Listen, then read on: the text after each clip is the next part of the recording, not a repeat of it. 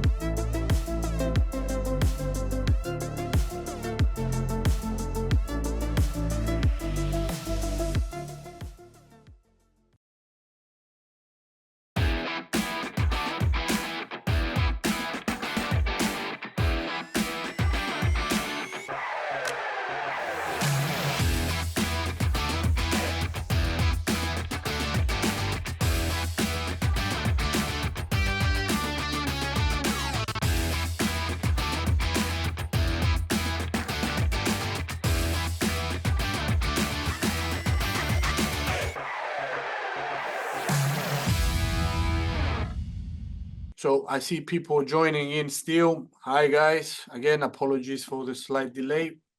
We will begin actually right now. Okay. So you can type any sort of question, any inquiry you have in the chat box. If I'm talking too fast, if I'm going off topic, if you do not understand something that I've outlaid throughout the series, these webinars, sorry, excuse me, please feel free to type your question in the chat box, and hopefully I'm going to address it in due time. So let me get up the Q&A box as well. Okay, so the one whatever you prefer, either in the Q&A or the chat box, let me know. So let's just begin. So technical analysis, introduction to technical indicators. We're going to cover 3 super basics. And as we go down the line of this webinar series, we're going to look at them much more closely, if you like. So this is a quick risk warning and a disclaimer. I'm not going to go over this. You can read this at your own time. Basically, the gist of it is that we do not provide any sort of investment advice or investment recommendation throughout this webinar or webinars. This is purely for educational purposes only. Enough about this. Let's get started. What we will go over in this session. So introduction, a brief introduction to technical indicators. And we're going to look at moving averages, Bollinger Bands, RSI, and at the end of the day, as we go throughout these kind of topics, we're going to give you an introduction, an explanation of how to interpret them, which is at the end of the day what we are aiming for. Okay, understand how they work, and at the end of the day, understand what information are they conveying towards you and how to use it accordingly. So, intro to technical indicators. So in the prior webinar, we have outlined, if you look at the right-hand side of the chart, that I like specifically, this is not an official kind of split off.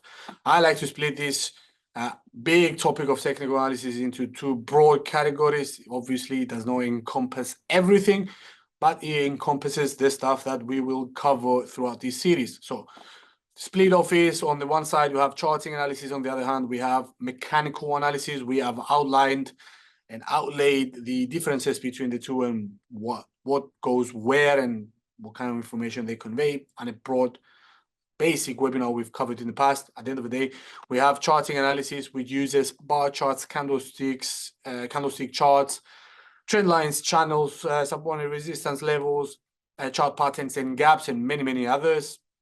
And on the other side of the spectrum, we have mechanical analysis, which are most of the time technical indicators that have been computerized that to calculate information, they spit out something else, which is there's something else we're looking at, and hopefully we are using that information to make much more informed decisions. So you have under this category what we call moving averages, various numbers, many oscillators, envelopes and bands, and other technical indications. Today we're going to cover moving averages, RSI, and Bollinger Bands. All fall under the mechanical analysis category. On the prior webinar, we've done charting. So yeah, this is the topic of the day. So mechanical analysis, what is it? Is a branch that falls under technical analysis, which is the study of past price action. And in a sense, that's what technical analysts and traders do in order to come up with a lovely, hopefully accurate scenario on how to approach financial markets, more specifically any given instrument, and trade accordingly with that information that is provided by the various tools that they have at their disposal, which are falling under the categories of charting and mechanical analysis. Okay, so mechanical analysis more specifically is being performed by the use of moving averages, excuse me, oscillators, envelopes and bands, and many other technical indicators. And the aim of the technician is to establish the market sentiment. We should highlight this market sentiment. This is what we are after with mechanical tools or mechanical analysis in general, by the help of all those pre-mentioned tools.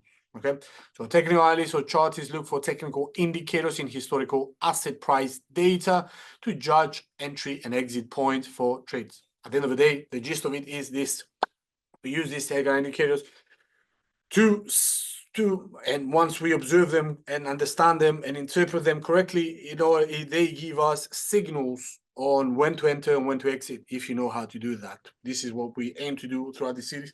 Anyways, okay, so that's why we use mechanical analysis, more specifically technical indicators, more specifically in general. So there are several technical indicators that fall broadly into two main categories. We have overlays.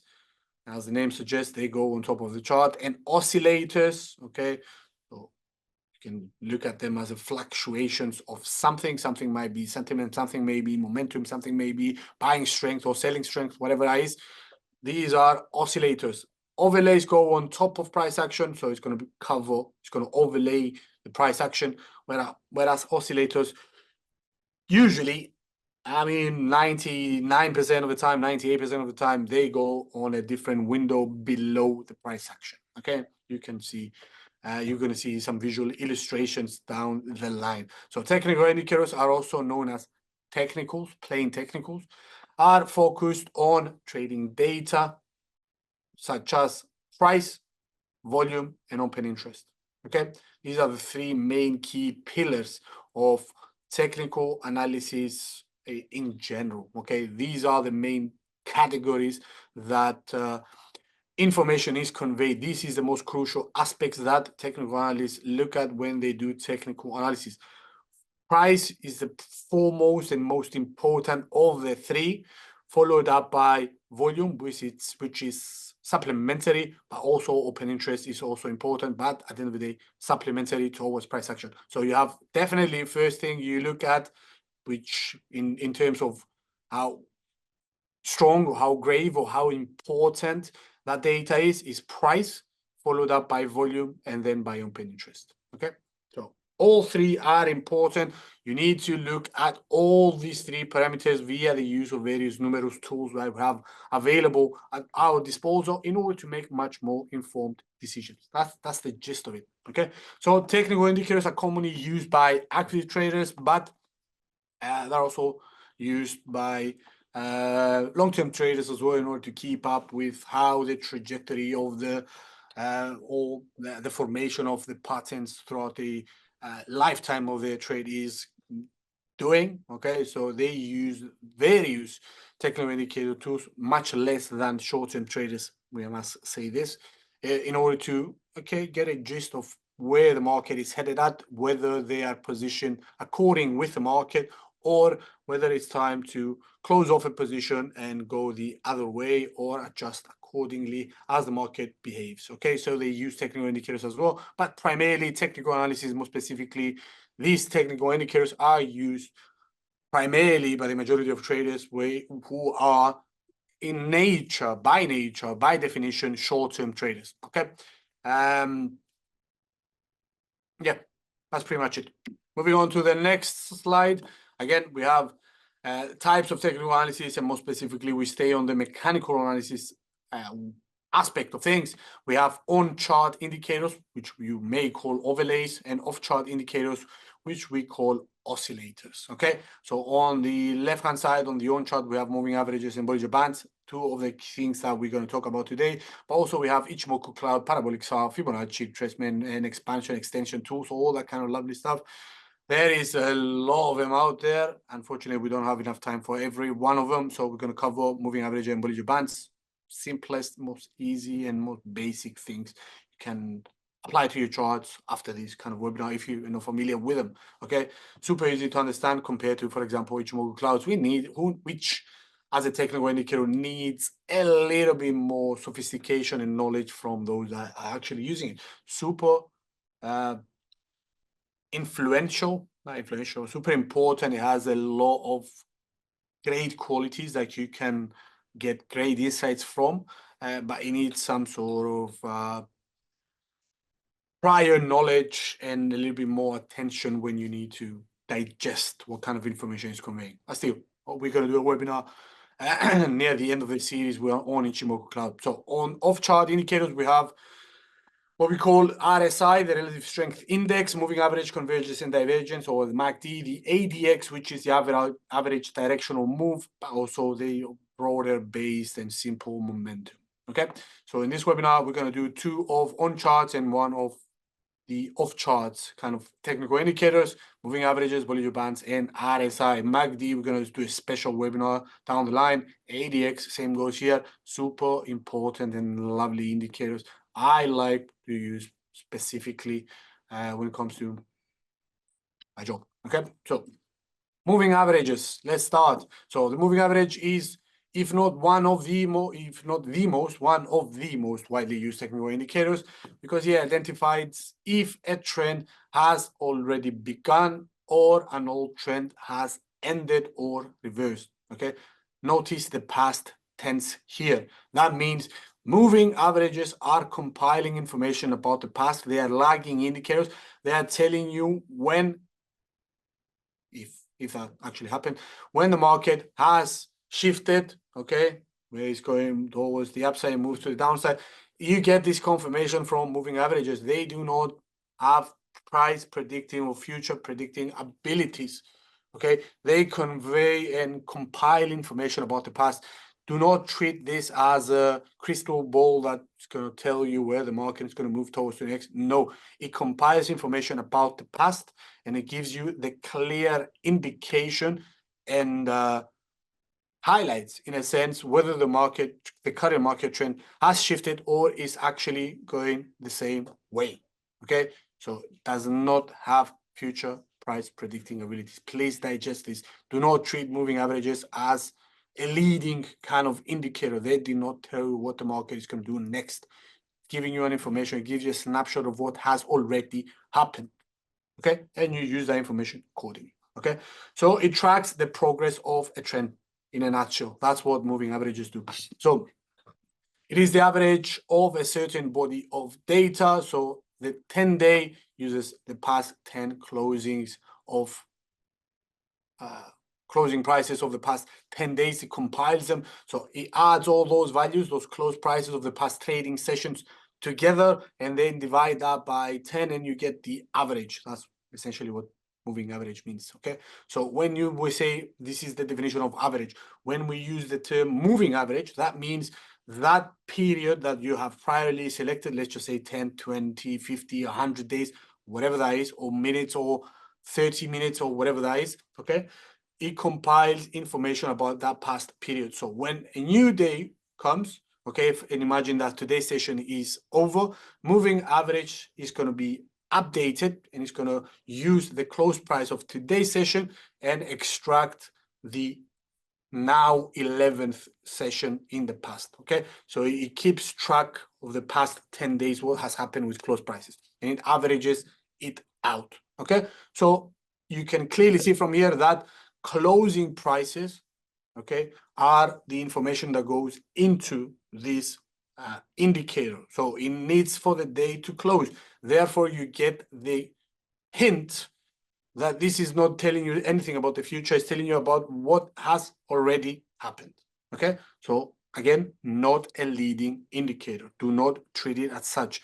It's crucial to digest this. Okay, so it is the average of a certain body of data. For example, if a 10-day average of closing prices is desired, the closing prices for the past 10 days are all added up and divided by 10. So the body of the data to be averaged moves forward with each new day. Therefore, you get the new day and you subtract the last day from those 10 periods.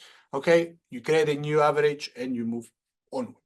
Okay, hence this is what gives you the term moving. Okay, so by averaging the price data, a smoother line is produced, which is much more clear to your eyes to say where the market is headed at. Okay, so it's a basic illustrative kind of tool, okay, that gives you clearly where the market is headed, where it's moving upwards or downwards or sideways. Okay, you can confirm that with the moving average, and this is the primary purpose of these moving averages, to confirm where the market, where the trend is at currently right now. Okay, so a short-term moving average would hug price action much more closely than the longer term one. Obviously, longer term price and longer term moving averages, they compile much more information. gives you a higher average most of the time, or lower depending where the market is going. And the greater the line, the greater the number of time periods used, the greater the smoothing. And you can look at the right hand side where you have this kind of visual illustration.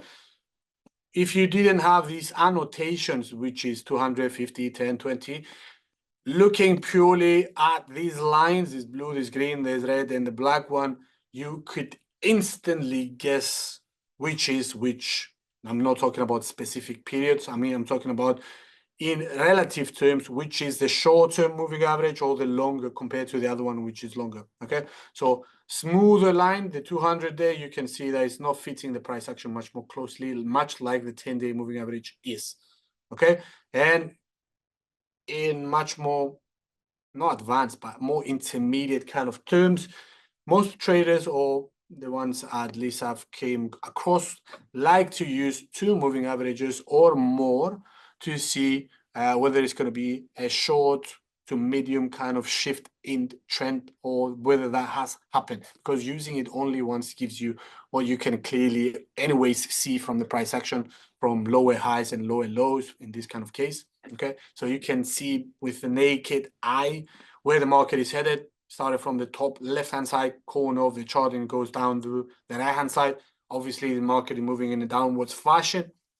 Okay, what we are attempting to do with two moving averages is see the interrelationship between a smooth line, a longer, a short line, and an SMA, a short moving average, and a long-term moving average, and how they behave. If you see crossovers, you see that the shift in trend from on the short-term high kind of horizon has been altered. So this is a very, very nice clue for you as a trader to digest from the beginning and see and take action upon it, actually, in your trading journey. Okay, so there are three types of moving averages. We call the simple moving average. Pretty much everyone uses this, but over the past few decades now, we have kind of moved towards the exponential moving average, which gives much more attention or weight on the nearest kind of periods. For example, if you have 10 periods,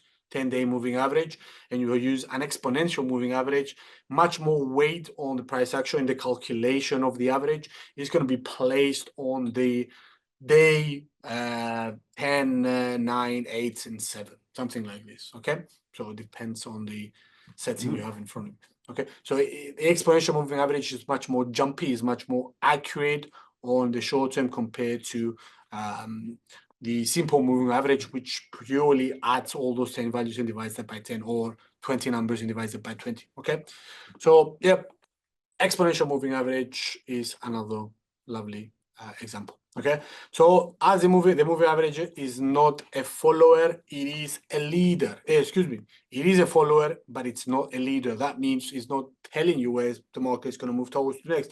It's telling you what has already happened. So it follows the market, it signals that a trend has begun, but only after that has happened.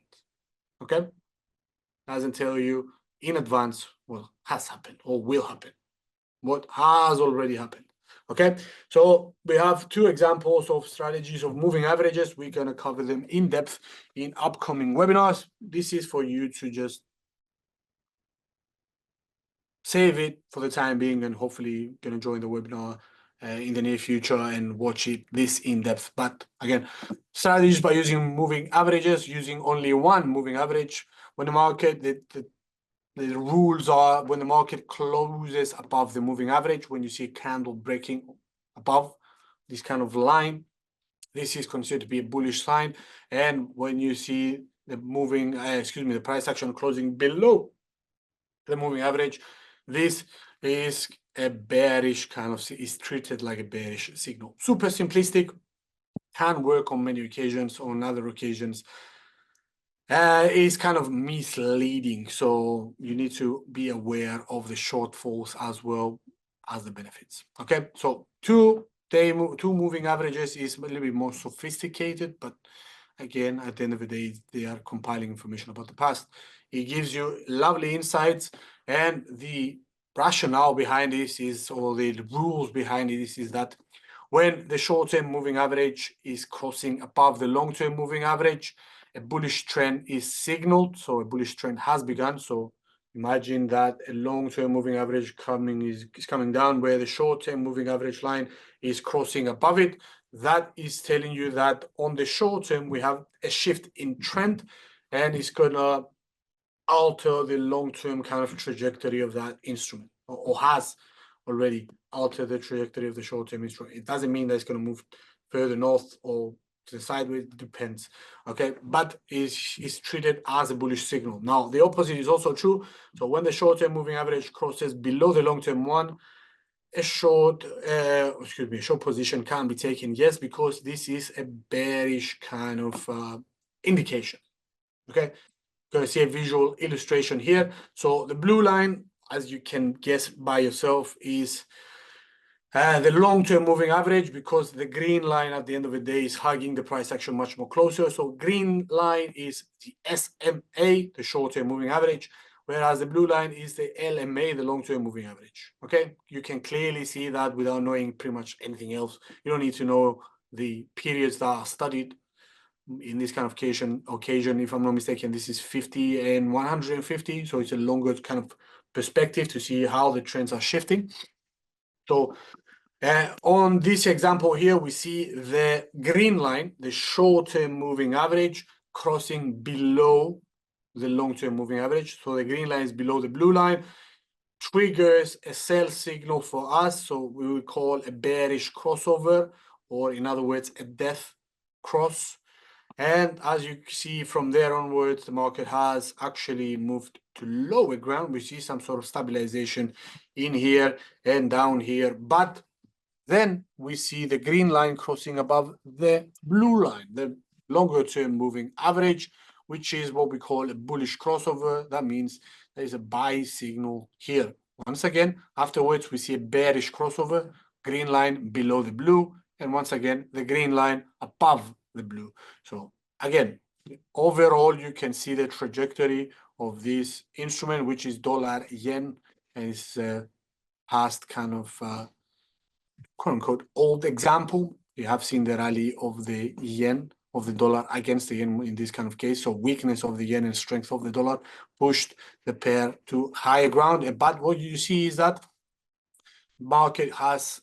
this pair has bottomed down here, then was an intermediate or short-term kind of shift in trend, confirmed by this breakout above this kind of level here. And from here onwards, you see the market moving north, the dollar yen as a pair moving north. Now, we're not going to go into details. Why has this came into fruition?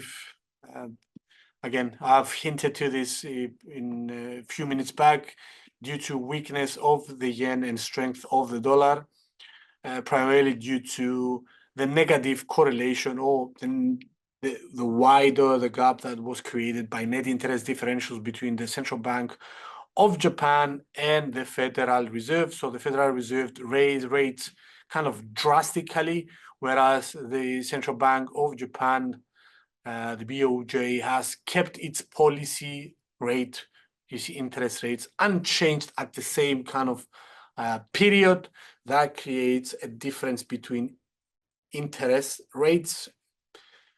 So an economy or a country that its central bank is having higher interest rates compared to another economy, it creates these kind of volatile moves, and we're talking about big caps here, volatile moves in the FX market. So an economy that has a central bank that raises, for example, much like the Fed, the rates to 5%, whereas the Central Bank of Japan keeps them unchanged at the 0%, so 5% difference in interest rates. So net interest rate differential between the two countries is large.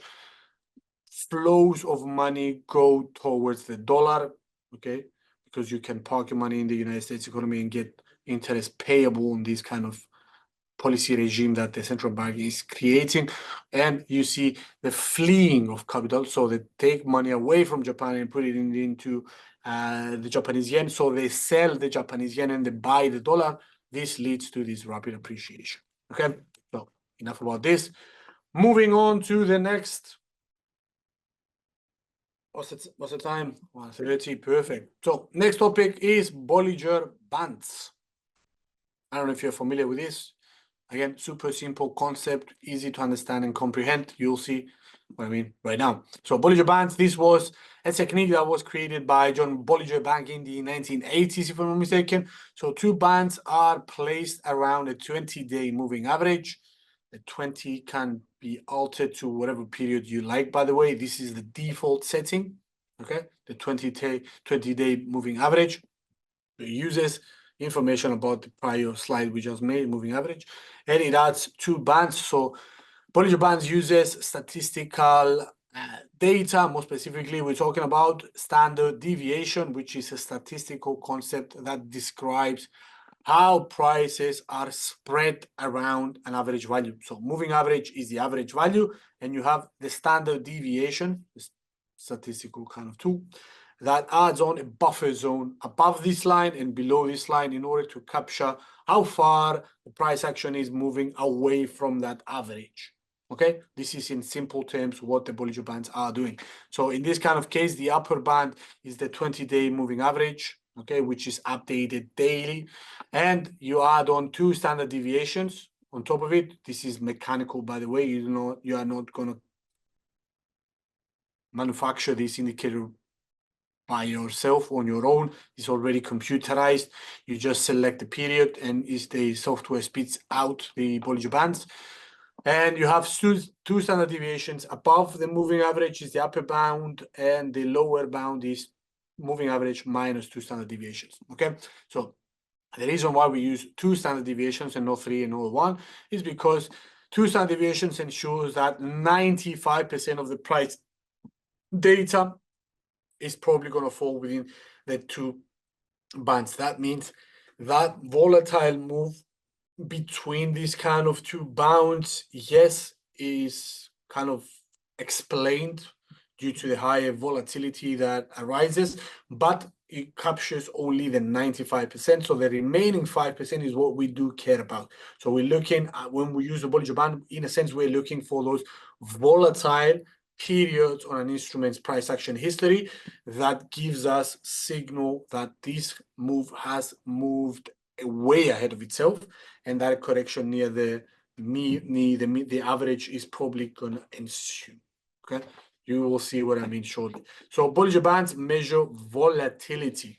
Okay, this is what information they are conveying. These are compiling volatility of the instrument under study. Now, when the market becomes more volatile, okay, because of something of bad news coming up or good news coming up, and you see price action moving up and down with an erratic kind of manner, Bollinger Bands are actually widening as well, because once again it uses 20-day moving average, and as the days progress you add on these kind of volatile moves into the mix, and therefore the Bollinger Bands get adjusted. Okay, so the more volatile the price action is, the wider the bands will get. Okay, they adjust accordingly to the trading, to the volatility within the day. Whereas in periods where you see the Bollinger Bands narrowing, that means there is absence of volatility. Again, you can use these kind of interrelationships accordingly. So the closer the price moves to the upper band, or the lower band in this kind of case, basically let's start with the upper band. So the closer the prices are to the upper bound, the more overbought the market is. That means that, you know what, the bulls are way too strong and the bears are pretty much eager to enter the picture and push prices to lower ground, assuming that we have this kind of prime rule in financial markets, which is the reversion towards the mean. When something goes way too far away from the average, most of the times the price action returns back towards the average value. Okay, this is a concept that was observed throughout many years in trading. Okay, so this is an unwritten rule. It doesn't mean that it's always there. It's not something that it is written in stone. It's just a basic clear-cut observation from traders throughout the years. Okay, So the reversion towards the mean.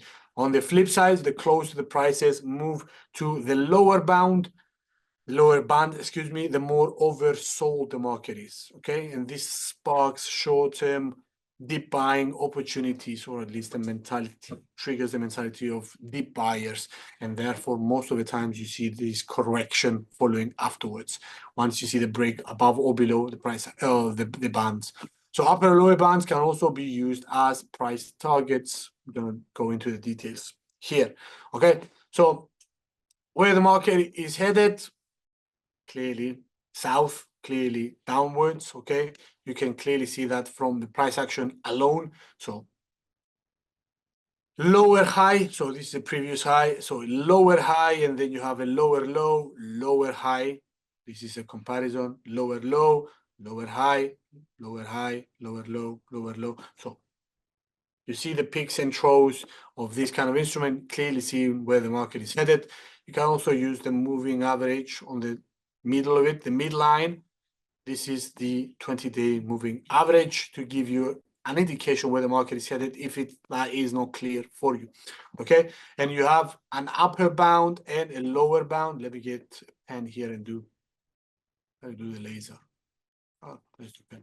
So this is an area of interest for us when we use the Bollinger Band. By the way, upper bound of the Bollinger Band is this, lower bound of the Bollinger Band is this, midline is this. Okay, clearly see.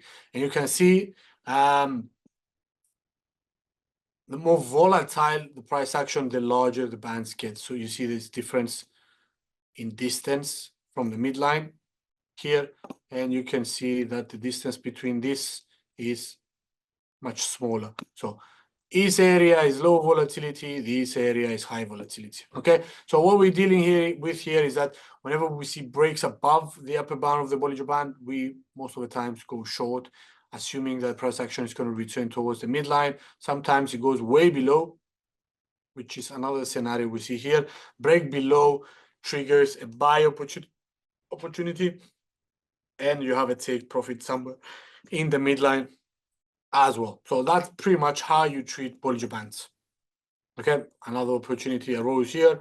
Excessive short selling activity. Buyers enter the picture and push the price action to higher ground. Similar, maybe observed here. Buyers enter the picture, push the price action to higher ground. Also, the opposite is here. Slight break below the upper bound of the Bollinger Band follows correction. Okay, so this is an unwritten kind of rule in financial markets. The reversion towards the mean. Bollinger Bands is a lovely way to use this information. So Bollinger Bands is a technical analysis tool invented by John Bollinger back in the 1980s, having evolved from the concept of trading bands. Pretty much the same thing. Instead, however, trading bands are not dynamic, they are fixed. So it's a moving average plus 2% above, 2% below, or 5% on 5%, whatever that is. Bollinger Bands are much more dynamic in nature because they adjust according to volatility, whereas fixed bands do not. So Bollinger Bands are indeed superior to fixed bands, or trading bands, in other words. Okay, so Bollinger Bands can be used to measure the highness or the lowness of the price relative to previous trades. So Bollinger Bands consist of a middle band, the midline, upper and lower, okay, which is the moving average, the midline. This is the standard deviation. The K most of the time is 2. So it's a moving average plus 2 standard deviations for the upper band, and the lower band is moving average minus 2 standard deviations. Okay, so the default choice of the average is a simple moving average, but other type of averages can be employed and needed. Exponential is another viable alternative, and is actually gaining momentum in recent years because EMA, the exponential moving average, is most sensitive to price movements compared to the simple moving average, at least the latest one. Okay, RSI, let's move on to the next topic. So overview of the RSI, the Relative Strength Index. So Relative Strength Index is a technical indicator used in technical analysis of financial markets. So is intended to chart the current and historical strength or weakness of an instrument Okay, so we're talking about strength over move based on the closing prices of a recent trading period. Okay, so this is a momentum oscillator, one of the most widely known and used ones, okay, which is measuring the velocity, how fast and how strong the direction of price movements are.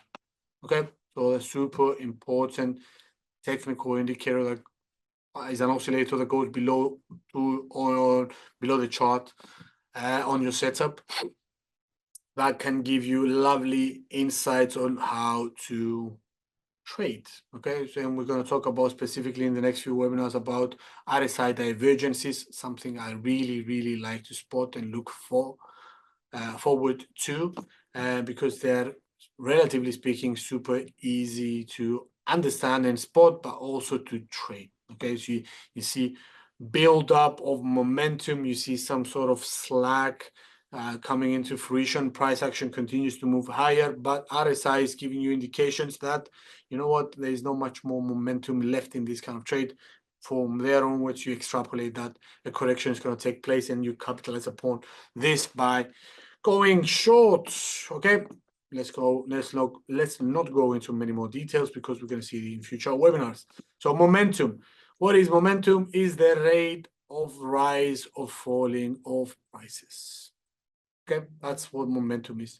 Momentum is a simple technical indicator. So RSI is an adjusted momentum oscillator that takes into account many other things to give you an indication of how strong or weak the trajectory of this kind of momentum of an instrument is currently or historically. Okay, so RSI computes momentum as the ratio, okay, of higher closes to lower closes. Okay, so in general, instruments that do have more positive changes because they have stronger closes tend to lead to higher RSI numbers compared to an instrument that has lower closes over a significant amount of time, which breaks down the number of the RSI, signaling that there is strong negative kind of momentum or strong negative chances or changes around that instrument. Okay, so RSI is most typically used on a 14-day time frame.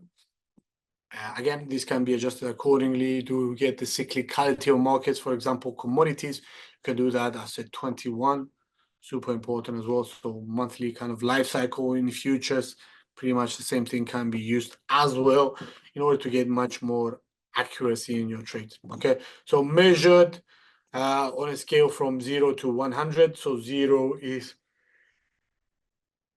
extreme negative momentum, 100 is extreme bullish momentum. So rough to see these kind of numbers. Most you can have seen personally is 93 and 94 on some super small cap but super volatile instruments. And pretty much most of the times we see the price action, or the RSI, excuse me, fluctuating between something like 30 and 70. Okay, so which are in a sense the crucial levels. Okay, you're going to see them on short or longer time frames. You can alter this kind of bands. The A 70 and 13 can become an 80 and 20, so you give much more leeway in regards to your classification of how extreme a move is by notching it up to the 70, and from 70 to 80. In a sense, you get much more more volatile moves because you widen the bands, the area that you see critical, and you allow much more volatility to be shown on your RSI indicator, and you act accordingly. Or you can do 90 and 10, which is super rare. Not rare, but it's not as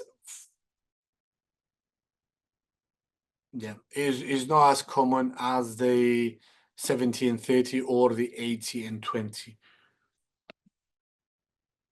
But still, if you get a value above the 90 kind of mark, you're definitely sure that bullish momentum is superbly strong.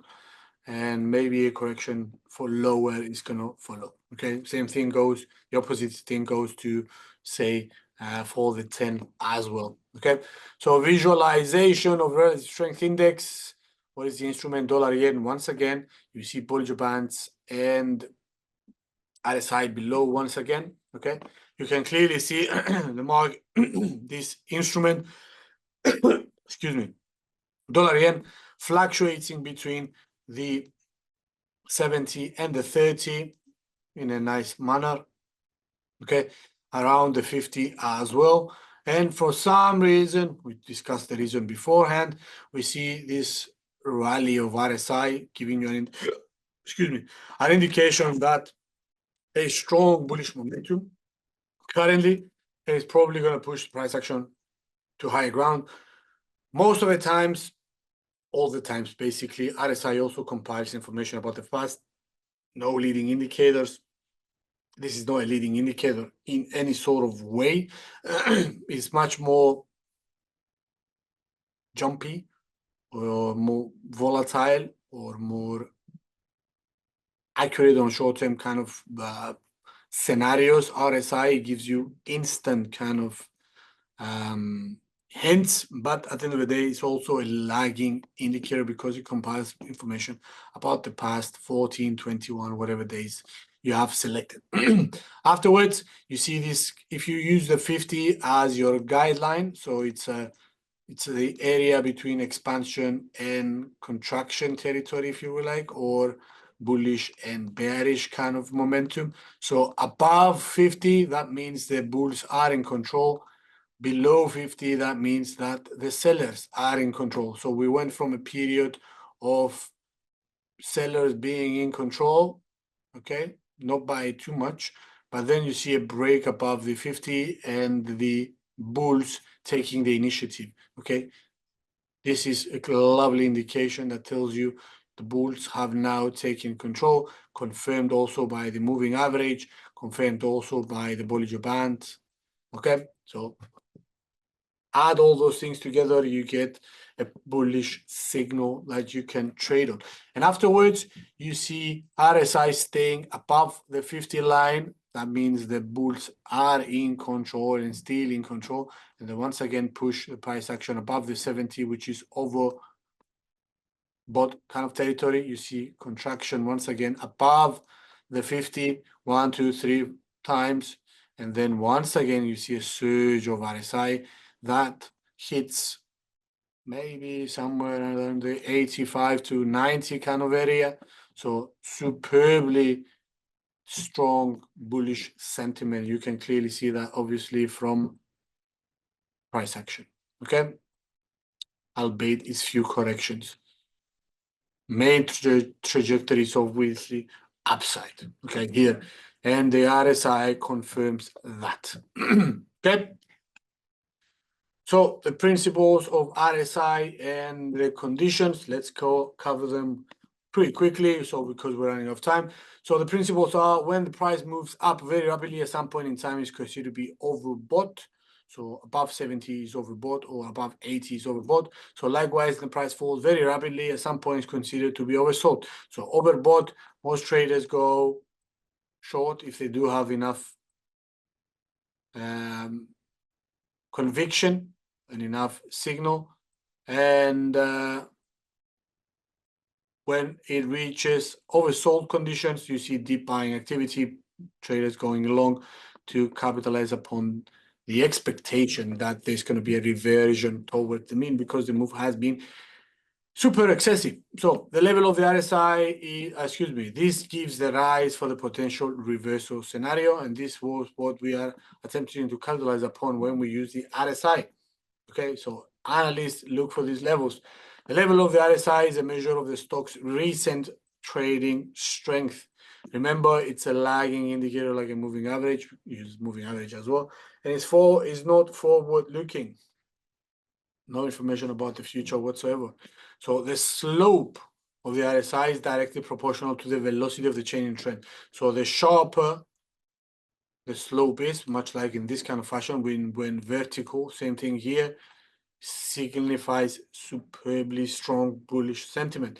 And this is what we are looking forward to. Same thing goes here. Look at how it picked up compared to this, which is kind of flatlining. Okay. So velocity matters and is something that we pay close attention to. So the distance traveled by the RSI is proportional to the magnitude of the move. So if you jump from the 50 towards the 60 and the 60 towards the 70, and you have a sharp slope as well, magnitude and velocity are there. Super nice signals that tell you go long. Okay, so it's believed that tops and bottoms are indicated when the RSI goes above 70 and below 30, which is another way of conceptualizing this market has moved and reached peaks and troughs. In this kind of example, above 70, this is going to be a peak. Below 30 is a trough.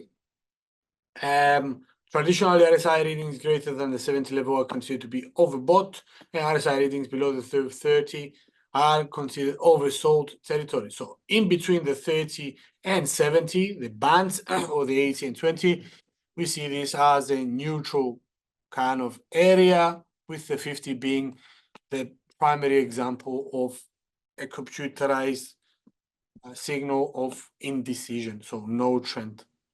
Okay, when you see markets or instruments fluctuating around 50, most of the times with an RSI value of 50, most of the times they are not going anywhere. Okay, you can use that information accordingly. So overbought and oversold conditions. Now, analysts consider that failure swings above the 70 and 30 on the RSI are strong indications of market reversals. You'll see what I mean by this. And we see an example: RSI hits a 76 level, goes back to 52, 72, and then rises to 77. So it does something like, assume this is the 70 line, this is the 50 line. So 70 is this. So it goes up, comes down, and then does this. Okay. Analysts would consider to this be a failure swing above 50. So you would have expected it to move this way, but it failed to do so and swung upwards. So this is a failed kind of swing, this one. Okay, so you treat this accordingly most of the times with going long.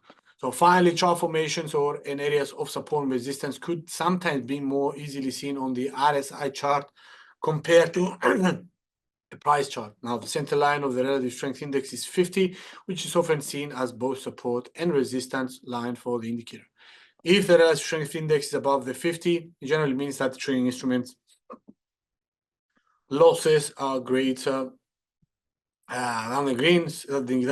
When the relative strength index is above 50, it generally means that the gains are greater than the losses. Obviously, because it uses closing prices. So if you have a streak of closing prices higher than the average, obviously you will get a higher RSI value. Okay, so below 50, it means that losses are greater than the gains. That means the bears are in control. Above 50, generally means that gains are greater than the losses. The bulls are in control. Okay, fear not, we will see them, those three, much more in depth going forward.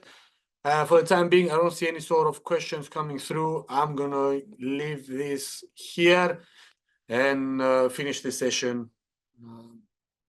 Yep, few minutes before close. So thanks for watching, guys, and we hopefully gonna catch you on the next webinar. I'm not sure where it's gonna be. Probably not next week. Need a few weeks time because we're going on holidays. Okay, so for the time being, take care, bye, and yep, hopefully we'll catch you on a future webinar. Okay, ciao.